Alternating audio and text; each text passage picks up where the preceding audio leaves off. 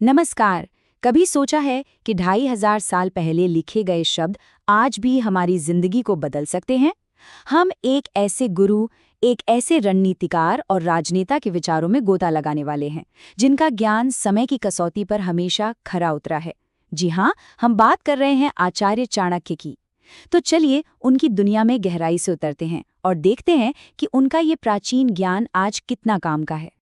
चाणक्य की महानता को समझने के लिए हमें बड़े बड़े महलों को भूलना होगा। जरा कल्पना कीजिए कि कोई विदेशी यात्री है जो उस शक्तिशाली प्रधानमंत्री से मिलने आया है जिसने एक विशाल साम्राज्य की नींव रखी थी। वो तो एक महल की उम्मीद कर रहा है, लेकिन उसे एक बिल्कुल साधारण सी झोपड़ी के सामने लाया जाता है।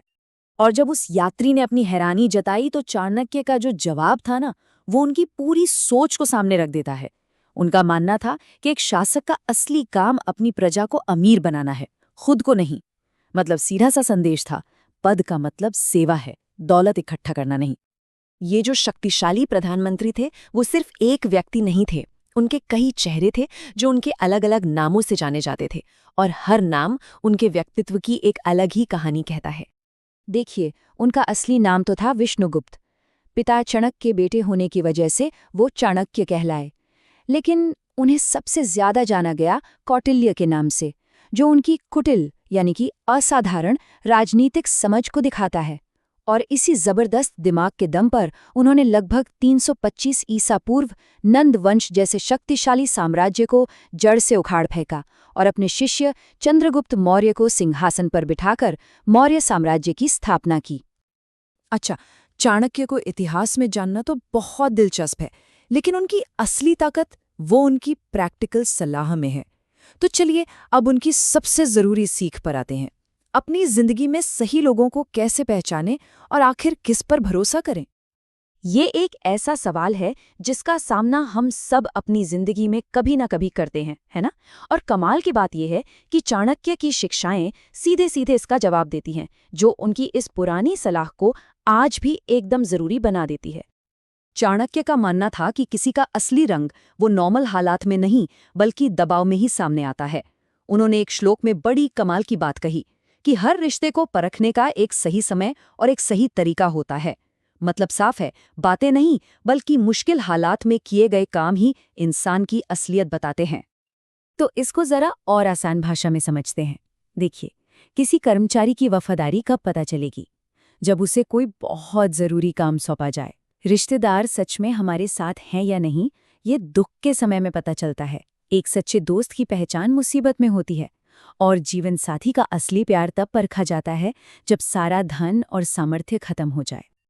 अब जब सही लोगों को पहचान लिया तो अगला कदम क्या है?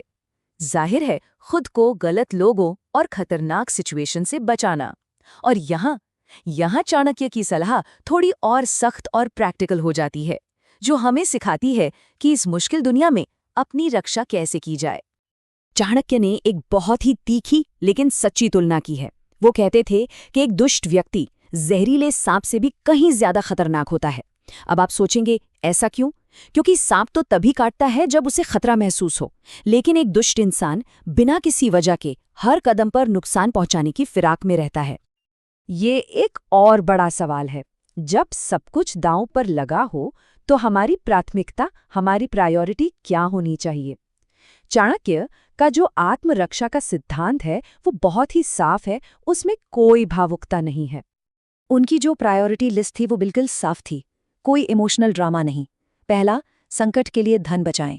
दूसरा, जरूरत पड़ने पर धन कुर्बान कर दें लेकिन अपने जीवन साथी की रक्षा करें।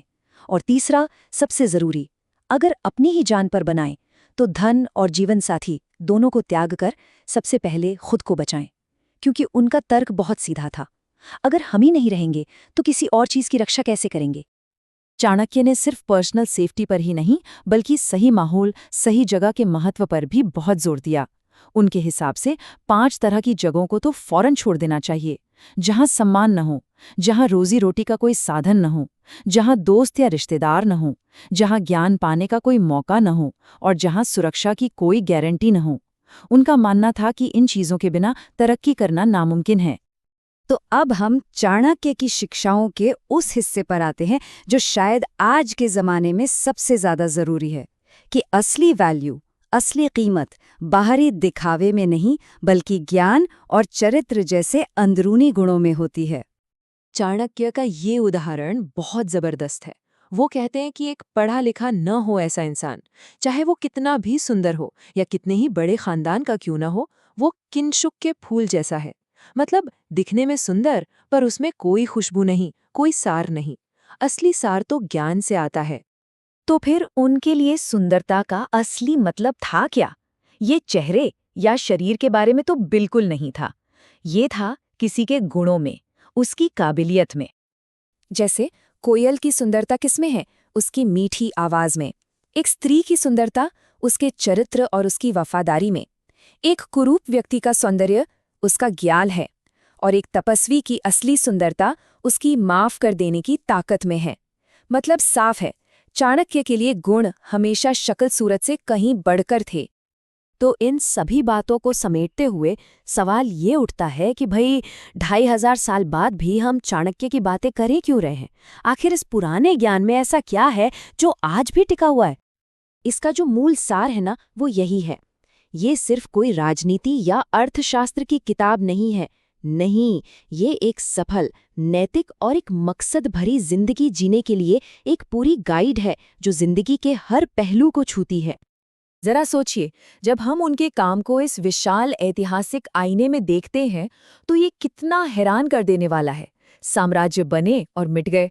दुनिया ने प्रिंटिंग प्रेस से लेकर वर्ल्ड वाइड वेब तक की क्रांतियां देखीं, लेकिन इंसानी रिश्तों, नैतिकता और स्ट्रैटेजी पर उनके जो मूल विचार थे वो आज भी उतने ही सटीक और काम के हैं। और शायद यही वजह है कि ये नीति पाठ आज भी इतना प्रासंगिक है। ये ज्ञान टाइमलेस है, क्योंकि ये इंसान के मूल स्वभाव से जुड़ा है, जो हजारों सालों में भी सच कहूं तो बदला नहीं है। तो मैं बस इसी एक विचार के साथ इस बातचीत को ख़त्म करना चाहूँगा। आज जब गूगल और एआई हमें हर सवाल का जवाब सेकंडों में दे सकते हैं, तो क्या हम जिंदगी के सबसे बड़े सवालों के लिए सदियों पुराने इस ज्ञान को नज़रअंदाज कर रहे हैं? शायद असली तरक्की सिर्फ आगे देखने में नहीं, बल्कि कभी-कभी पीछे मुड़कर देखने में भी छुपी है।